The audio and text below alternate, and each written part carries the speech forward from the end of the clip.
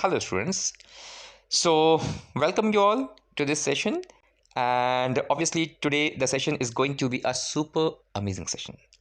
Actually, today I'm not going to discuss any numerical from DC Pandey, but rather I'm going to discuss and analyze a numerical, a question which has been asked by some student.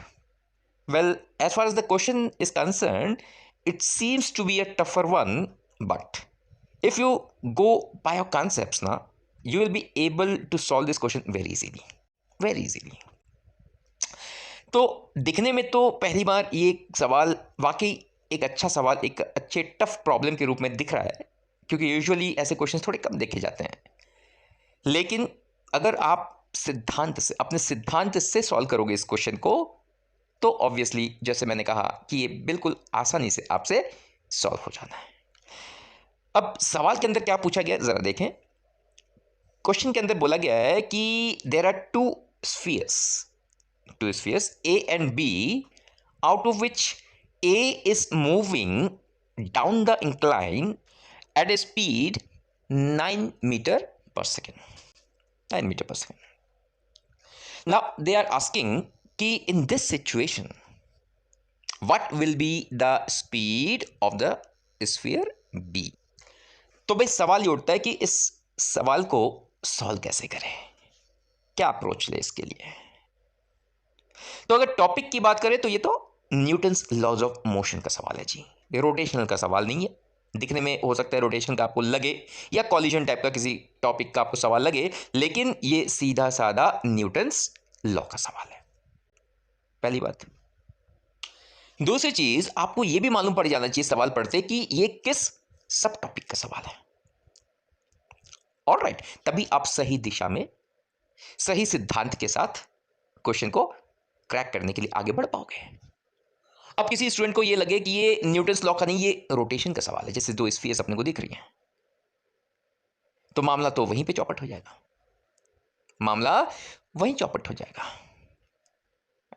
Alright. तो सबसे पहले तो हमें यह मालूम होना चाहिए किस टॉपिक का, किस सब टॉपिक का इसके अंदर लगना क्या है, तब तो जाके मालूम पड़ेगा कि इसके अंदर आप कौन सा कंसेप्ट लगाओगे। तो ये तो तय हो गया कि ये न्यूटन्स लॉ का क्वेश्चन है। अब अगर हम सब टॉपिक की बात करें तो कंस्ट्रेंट मोशन सब टॉपिक का ये सवाल है। अब आपको टॉपिक सब टॉपिक के बाद यह भी मालूम होना चाहिए कि ये उस सब टॉपिक के किस माइक्रो टॉपिक का सवाल है, अगर वह टॉपिक कुछ ऐसा है जिसके अंदर खूब सारे माइक्रो टॉपिक्स हो। तो ये जो सवाल है बेटा, ये सवाल कंस्ट्रेंट मोशन का तो है, लेकिन कौन सा कंस्ट्रेंट मोशन, तो वो है वेज कंस्ट्रेंट। कौन सा? वेज कंस्ट्रेंट का सवाल है। अब आप कहोगे वेज कंस्ट्रेंट कैसे सर, क्योंकि इसके अंदर वेज तो दिख ही नहीं रहा कहीं पे।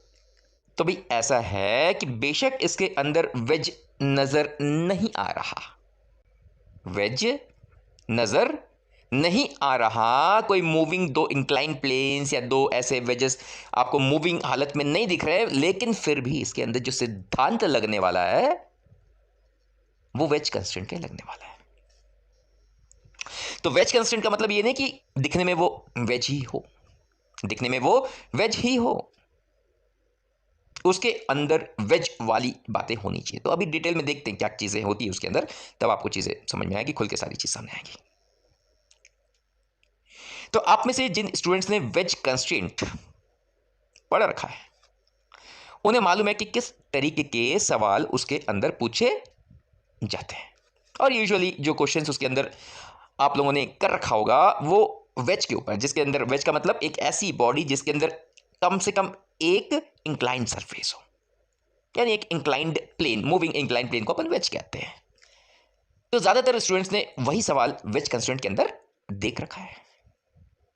इस हिसाब से यह सवाल थोड़ा ट्रिकी हम कह सकते हैं स्टूडेंट्स के पॉइंट ऑफ व्यू से, कि भाई दिखने में क्योंकि ये वेज नहीं है, तो इस वजह से स्टूडेंट्स के दिमाग में एकदम से वेज कंस्ट्रेंट स्ट्राइक करना मुश्किल है, लिहाजा ये उनके लिए थोड़ा सा टफ जोन में चला जाता है सवाल।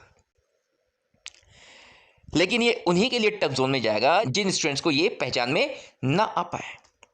लेकिन जो स्टूडेंट्स इसको सही से पहचान लेंगे, जो स्टूडेंट्स इसको सही से पहचान लेंगे उनके लिए तो 2 मिनट का काम है ये सब। 2 मिनट में नहीं लगने उनके लिए, तो मिनट भर में क्वेश्चन साफ हो जाना है। तो अब सवाल ये उठता है कि क्वेश्चन को सॉल्व कैसे करें। वेज कंस्ट्रेंट से ही सही, लेकिन क्वेश्चन को सॉल्व कैसे करें, चलो देखते हैं। तो वेज कंस्ट्रेंट जो सब टॉपिक है, इनफैक्ट जो माइक्रो टॉपिक है, उसके अंदर यदि हम देखें तो सबसे पहले बात ये आती है कि वेज कंस्ट्रेंट कब लगाएंगे आप, जब 2 रिजिड, ध्यान से सुने, जब भी 2 रिजिड कॉन्टैक्ट सरफेसेस, ऐसे 2 रिजिड सरफेसेस हो जो आपस में रेगुलर कॉन्टैक्ट में हो, उनके बीच में कुछ मोशन वगैरह हो रही हो, यानी वो दोनों बॉडीज मोशन में हो, कॉन्टैक्ट में रहते हुए उन दोनों के बीच में मोशन हो रही हो, दोनों मूव कर रही हो। ऑलराइट, तो यहां पे तो वैसे कुछ दिख रहा है आपने को। बेशक ये 2 बॉडीज वेज के रूप में नहीं दिख रही, लेकिन इनके अंदर उस वेज कंस्ट्रेंट में इंक्लूड होने वाली सारी खूबियां मौजूद है। एक तो ये दोनों के दोनों रिजिड है, और दूसरा इनके बीच में ध्यान से देखो रेगुलर कांटेक्ट बना हुआ है। ऑलराइट, रेगुलर कांटेक्ट बना हुआ है, तो वेज कंस्ट्रेंट लग जाएगा। वेज कंस्ट्रेंट के अंदर आपको ध्यान होगा, जिन बच्चों ने पढ़ा है और जिन्होंने नहीं पढ़ा है वो आगे ध्यान देंगे कि वेज कंस्ट्रेंट के द्वारा हम क्या कर सकते हैं, एक बॉडी की वेलोसिटी को दूसरे बॉडी की वेलोसिटी के साथ रिलेट कर सकते हैं। क्या कर सकते हैं, रिलेट कर सकते हैं। और वेलोसिटी नहीं, एक के एक्सीलरेशन को भी आप दूसरे के एक्सीलरेशन के साथ रिलेट कर सकते हो। यानी एक की एक्सीलरेशन दे दी जाएगी, दूसरे की पूछ ली जाएगी, या तो ऐसे सवाल आ जाएंगे सीधे सीधे, एक की वेलोसिटी दे दी गई, दूसरे की पूछ ली, जैसे ये वाला सवाल है। अदरवाइज सवाल ऐसा भी आ सकता है जिसके अंदर दोनों की वेलोसिटीज नहीं मालूम, दोनों अननोन, दोनों के दोनों अननोन, पूरा का पूरा आपको न्यूटन्स लॉ, एबीडी वगैरह लगा के सारी चीजें करनी है, दोनों के एक्सेलरेशन A1 A2 मानना है, और क्योंकि दोनों के अंदर जो एक्सेलरेशन है वो अननोन्स है A1 A2, तो आपको एक एक्स्ट्रा इक्वेशन की जरूरत पड़ेगी। तो वो एक्स्ट्रा इक्वेशन कहां से आएगा, कंस्ट्रेंट मोशन से। कंस्ट्रेंट अर्थात मजबूरी, कंस्ट्रेंट अर्थात मजबूरी, यानी कि मजबूरी की इक्वेशन, अर्थात मजबूरी की इक्वेशन, यानी कि इन दोनों के बीच में जो एक मजबूरी है कांटेक्ट में रहने की, उसके लिए इनके वेलोसिटीज को एक प्रॉपर रिलेशन में बंधना ही पड़ेगा, और उसी रिलेशन को हम कहते हैं कंस्ट्रेंट रिलेशन या फिर मजबूरी वाली रिलेशन। तो इसके लिए भी अभी अपन लिखेंगे मजबूरी वाली इक्वेशन कौन सी इनकी, देखते हैं चलो। तो उसके लिए स्टेप्स क्या क्या आपको अप्लाई करने पड़ेंगे। देखो, वेज कंस्ट्रेंट का जहां तक सवाल है तो उसके अंदर सबसे जो पहला स्टेप आता है वो स्टेप ये होता है कि दोनों बॉडीज की अपने को क्या मालूम होनी चाहिए, वेलोसिटी की डायरेक्शन मालूम होनी चाहिए। सबसे पहले तो यूजुअली एक की दे रखी होती है, जैसे इसके अंदर भी दे रखा है, और दूसरे की हमें खुद से आइडेंटिफाई करनी होती है, पता करना होता है कि दूसरा जो अननोन बॉडी है जिसके बारे में कुछ भी नहीं पता है, जिसके बारे में पूछा गया, उसकी वेलोसिटी की डायरेक्शन क्या होगी। पहले तो डायरेक्शन आप सोचो, निर्धारित करो कि वो जो अननोन बॉडी है वो जाएगा तो किधर जाएगा। जैसे इस केस के अंदर ये जो बॉडी है बी, ये अननोन बॉडी, इसके बारे में कुछ नहीं मालूम, इसकी वेलोसिटी आपसे पूछी गई है। अब सबसे पहले सर्वप्रथम तो आपको ये पता करना पड़ेगा कि ये जो बी है ये जाएगा तो जाएगा किधर। हालांकि ऑप्शन के रूप में इसके पास 2 ऑप्शन है, एक तो या तो नीचे डाउन द प्लेन आ जाए या फिर अप द प्लेन चला जाए। तो आपको अकॉर्डिंग टू सिचुएशन देखना, और सिचुएशन ये कह रहा है, सिचुएशन चीख चीख के कह रहा है कि भाई जैसे ही ये ए नीचे की ओर आएगा तो ऑटोमेटिकली जो बी है ये ऊपर की ओर जाएगा। So it is quite obvious कि इसके अंदर जो बी है उसकी जो डायरेक्शन होगी मोशन की, that will be up the incline plane. पहला स्टेप, सबसे पहला स्टेप यही होगा कि आप क्या करो, उस अननोन बॉडी के डायरेक्शन ऑफ मोशन को आइडेंटिफाई करो, पहली बात। दूसरी बात यह है कि आपने क्या करना है, वो जो अननोन बॉडी है ना उसकी वेलोसिटी को अज्यूम करना है। कुछ भी अज्यूम कर लो, वी नॉट अज्यूम कर लो, कोई दिक्कत नहीं। तो इसके अंदर हम ये मान लेते हैं चलो कि ये जो बी है जिसकी वेलोसिटी पूछी गई है, मान लेते हैं कि वो कितने से ऊपर जा रहा है, v0 से ऊपर की ओर जा रहा है, up the plane, up the incline plane. ठीक, जाने देते हैं इसको, अभी पकड़े में आ जाएगा कि कितने स्पीड से भाई साहब ऊपर जा रहे हैं। तो इसके अंदर बात ये आ गई कि यदि एक नीचे की ओर आ रहा है 9 मीटर पर सेकेंड से, तो दूसरा अब ऊपर की ओर कितने मीटर पर सेकेंड से भागेगा। तो ये दूसरा स्टेप था। पहला था आइडेंटिफाई करो, दूसरा था अज्यूम करो। ठीक है, अज्यूम भी कर लिया। आगे आगे क्या करना है आपको, आगे आपने कंस्ट्रेंट लगाना है। क्या लगाना है, कंस्ट्रेंट लगाना है। कौन सा कंस्ट्रेंट है भाई, कौन सी मजबूरी है यहां पे। तो जो मजबूरी यहां पे है बेटा वो ये है कि जब भी, याद रखें, जिन्होंने पढ़ रखा उनको तो याद आ रहा होगा हल्का फुल्का, लेकिन जिन्होंने बिल्कुल नहीं पढ़ा वो अच्छे से बिल्कुल मेरी बातों पे ध्यान दे कि भाई इसके अंदर मजबूरी ये होती है कि अगर तो दोनों को साथ में बने रहना है, कांटेक्ट में बने रहना है, तो एक ही तरीका है कि दोनों के वेलोसिटी के जो कंपोनेंट्स होंगे, बड़े ध्यान से सुने, दोनों के वेलोसिटीज के जो कंपोनेंट्स होंगे किधर, परपेंडिकुलर टू कॉन्टेक्ट सरफेस, किधर, perpendicular to the contact surface, वो बिल्कुल सेम होनी चाहिए,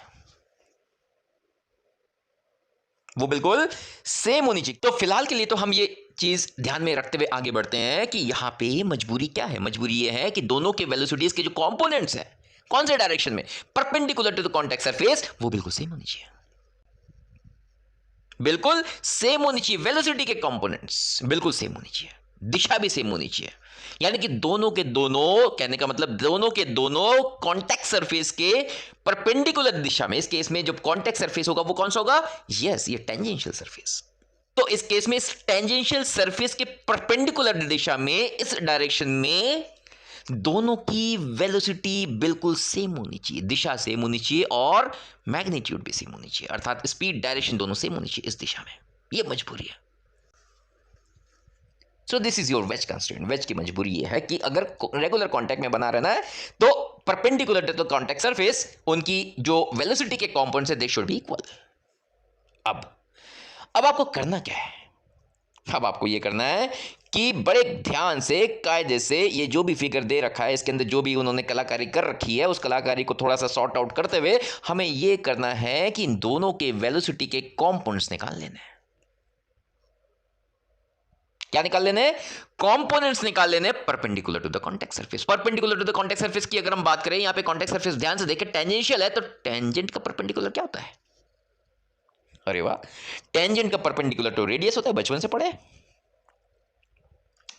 फिर तो ये सवाल और भी आसान हो गया, इनफैक्ट और भी खूबसूरत हो गया, और भी खूबसूरत हो गया कि आपने कुछ नहीं करना है, इन दोनों के रेडियस के अलोंग दोनों के वेलोसिटी के कंपोनेंट्स बिल्कुल सेम होने चाहिए।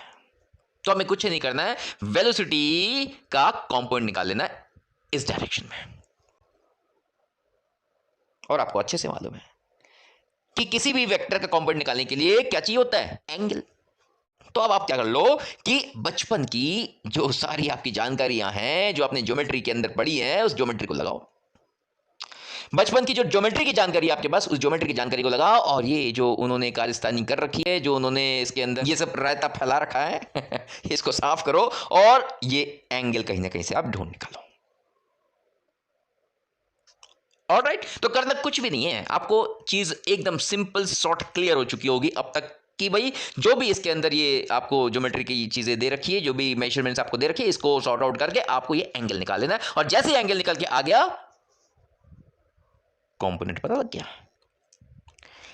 कंपोनेंट पता लग गया, और जैसे ही कंपोनेंट पता लग गया, दोनों के कंपोनेंट को उठा के इक्वेट कर दो, सीधे आंसर, सीधे आंसर, कुछ नहीं है इसके अंदर। तो वो तो मैं आपको एक्सप्लेन कर रहा हूं प्रॉपर्ली, तब जाके वक्त लग रहा है, लेकिन आप यदि खुद स्वयं सॉल्व करोगे इसको सीखने के बाद, you will take less than 1 minute, you will take less than 1 minute, hardly you will take 1 minute to solve this question, कुछ नहीं इसके अंदर। ऑलराइट, तो अगर हम इसके अंदर कैलकुलेशन की बात करें तो भाई कुछ ऐसी मेजरमेंट्स गिवन है कि ये जो डिस्टेंस है ये 19 मीटर गिवन है और ये आपको 17 मीटर गिवन है। तो इसके अंदर यदि हम बड़े ध्यान से देखें ये जो रेडियस है निश्चित रूप से ये 5 है, दे रखा है इन्होंने। अगर ये 5 है तो ये डिस्टेंस भी निश्चित रूप से 5 होगी, और ये डिस्टेंस 5 होगी, तो शायद यहां से यहां तक ये जो डिस्टेंस होगा ये 12 मीटर्स होगा। तो अगर ये 12 मीटर है और हम इस ट्रायंगल के अंदर फोकस करें तो एक साइड तो भाई पता लग गया, एक साइड तो पता लग गया। अब जहां तक इस एंगल का सवाल है तो ये एंगल देखो 90 डिग्री होगा। कैसे? नीचे आओ, इधर इधर देखोगे तो ये 30 ये 60 दे रखा है, इसका मतलब ये जो एंगल है ये 90 डिग्री होगा, और ये एंगल 90 तो ये भी 90 होगा। ऑलराइट, तो भाई एक एंगल ये भी आपको मालूम पड़ गया 90 डिग्री होगा, यानी कि आपको ये पता लग गया अच्छे से कि इसके अंदर you are going to have a right angle triangle. इसके अंदर you are going to have a right angle triangle, तो उसके अंदर आपको एक साइड तो ऑलरेडी पता चल चुका है 12 मीटर, लेकिन इसके अंदर ए का रेडियस आपको मालूम नहीं, तो ए का रेडियस अपन मान लेते आर, कोई दिक्कत नहीं, निकल के आ जाएगा। और इसकी अगर रेडियस आर है तो शायद ये जो कंप्लीट डिस्टेंस होगा ये हो जाएगा 5 प्लस आर। कितना हो जाएगा? 5 प्लस आर। यानी ट्रायंगल के अंदर एक साइड 12 पता लग गया, दूसरा साइड 5 प्लस आर पता लग गया, तीसरा साइड क्या है? तीसरा साइड में तो ये अपने को कुछ 19 दे रखा है, तो भाई अगर आपको 19 दे रखा है, ये आपने आर मान रखा है, तो ये कितना बना? ये बना 19 माइनस आर। Very good. क्या बना? 19 माइनस आर, यानी कि इस ट्रायंगल के अंदर आर के टर्म्स में, बड़े ध्यान से देखें, आर के टर्म्स में आपको तीनों साइडें पता है। एक तो अपने आप में कंप्लीट मालूम है, 12 नोन है, बाकी जो दोनों अननोन दिख रहे हैं उसके अंदर आर के टर्म्स में आपको चीज मालूम है, एक तो 5 प्लस आर है और एक 19 माइनस आर है।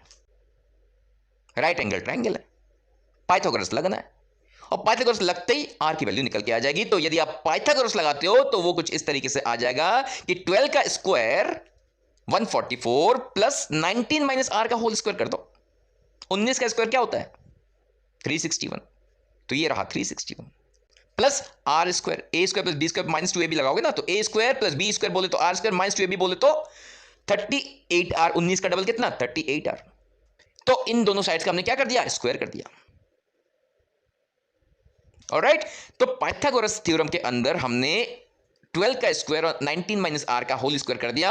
इनको ऐड करोगे तो जाहिर सी बात है ये जो तीसरा साइड है, जो हाइपोटेन्यूज है, उसका स्क्वायर आ जाएगा, यानी 5 प्लस आर का स्क्वायर आ जाना है, और 5 प्लस आर का स्क्वायर हो जाएगा 25 plus R square plus yes 10 R. A square plus B square plus 2 A B लगा दोगे, तो भाई आर स्क्वायर से आर स्क्वायर तो सीधे कैंसिल हो गया। और यदि हम देखें 144 प्लस 361 माइनस 25 यदि आप करते हो तो हिसाब किताब बैठता है 480।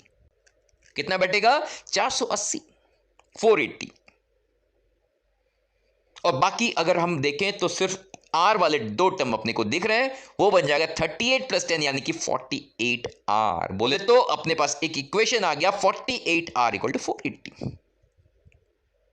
तो भाई सीधे सीधे निकल के आया, देखो आर इक्वल टू कितना, क्या बात, 10 निकल के आई। तो मैंने कहा ही था कि मजबूरी तुम्हारी नहीं, मजबूरी तो किनकी होती है? जो सवाल बना रहे होते हैं, फ्रेम कर रहे होते हैं टीचर, उनकी मजबूरी होती है, सारी टेंशन उनकी होती है कि भाई सवाल गलत ना हो जाए, इनसफिशिएंट डेटा ना हो जाए, और जो कैलकुलेशन वगैरह हो वो भी आसान आए, वो भी अच्छे आंसर ही दे। तो तुम लोग को ये समझ में आ रहा होगा कि जिन्होंने भी इस सवाल को सॉल्व किया होगा उन्होंने कितनी अपनी एनर्जी खत्म करी होगी, कितना हिसाब किताब किया होगा, ये 19, ये 12, 17, ये हिसाब किताब कितना कुछ किया होगा, तब जाके आर की वैल्यू उन्होंने 10 बैठाई होगी। और हमें देखो हंसते खेलते बिंदास बल्ले बल्ले करते हुए पाइथागोरस लगा लिए, आंसर आ गया 10, कोई टेंशन नहीं। तभी मैंने कहा जो सॉल्व कर रहे होते हैं, जो स्टूडेंट्स हैं, उनके लिए भैया कोई टेंशन नहीं, बिंदास होकर क्वेश्चन सॉल्व किया करो, एकदम झकास। ठीक, तो भाई आप लोग ये सोच रहे हो सर तो आज बिल्कुल मूड में है। हाँ भाई बिल्कुल मूड में। तो बात ये आ गई कि इसके अंदर, अब क्वेश्चन पे ध्यान दो, इसके अंदर आर की वैल्यू कितनी है? 10। ओके, तो आर की वैल्यू निकल के आई 10, और अगर आर की वैल्यू 10 निकल के आती है तो बेटा ये जो डिस्टेंस है 19 माइनस आर, इसकी वैल्यू आ जाएगी 9। इसकी वैल्यू आ जाएगी निकल के 9। तो इस ट्रायंगल के अंदर अगर हम बड़े गौर से देखें तो एक साइड 12, एक साइड 9, और तीसरा जो साइड होगा वो निकल के आएगा 5 और 10 यानी कि 15, यानी कि 9, 12 और 15 का ये ट्रायंगल बना, राइट एंगल ट्रायंगल। और ये कहीं ना कहीं सबसे पसंदीदा जो ट्रायंगल है, दुनिया का सबसे जो खूबसूरत ट्रायंगल है, 3, 4, 5 वाला, उस ट्रायंगल की ओर इशारा कर रही है। हम जानते हैं एक ऐसा राइट एंगल ट्रायंगल होता है जिसके अंदर साइड्स होते हैं 3, 4 और 5, और उसके एंगल्स होते हैं 37 डिग्री और 53 डिग्री। एक तो 90 होता है, दूसरा 37, तीसरा 53 डिग्री। तो ये जो ट्रायंगल है ये भी वही वाला ट्रायंगल है, 3, 4, 5। बस हर एक साइड कितना 3 गुना बढ़ गया। देखो कितना बढ़ गया, 3 गुना ये बढ़ गया। तो 3 का ये 9 हो गया, 4 का ये 12 हो गया और 5 का ये 15 हो गया। यानी कंफर्म हो गया कि इसके अंदर भी जो एंगल्स आएंगे वो भी बिल्कुल 37 डिग्री और 53 डिग्री होनी है। तो भाई जो एंगल, जिस एंगल की जरूरत थी, दरकार थी, वो निकल के आ गई 37 डिग्री और 53 डिग्री के रूप में। अब तो भाई क्वेश्चन एकदम आसान, खत्म हो गया सवाल तो यहीं पे। तो इसके अंदर यदि हम देखें तो हमें क्या करना होगा, इस 9 मीटर पर सेकेंड का कंपोनेंट लेना होगा कॉन्टेक्ट सरफेस के परपेंडिकुलर में। और जैसा कि मैंने कहा था, कॉन्टेक्ट सरफेस के परपेंडिकुलर क्या होता है, रेडियस। अर्थात इन दोनों के वेलोसिटी का आपको कंपोनेंट ले लेना है रेडियस के अलोंग। तो भाई 9 मीटर पर सेकेंड का जो कंपोनेंट आप निकालोगे उसके लिए आपको ये एंगल चाहिए होगा, और ये एंगल कितना आएगा, 37 डिग्री। क्योंकि हमें मालूम है छोटे के ऑपोजिट छोटा, छोटे साइड के ऑपोजिट छोटा एंगल। अर्थात इसके अंदर ये जो साइड है ये 9 मीटर है, तो इस वजह से ये एंगल कौन सा, 37 डिग्री छोटा वाला आएगा, 37 डिग्री वाला एंगल। और दूसरा एंगल ये 53 डिग्री आएगा। यानी बात ये आ गई कि 9 मीटर पर सेकेंड का जो कंपोनेंट आएगा that will nothing but be 9 cos 37।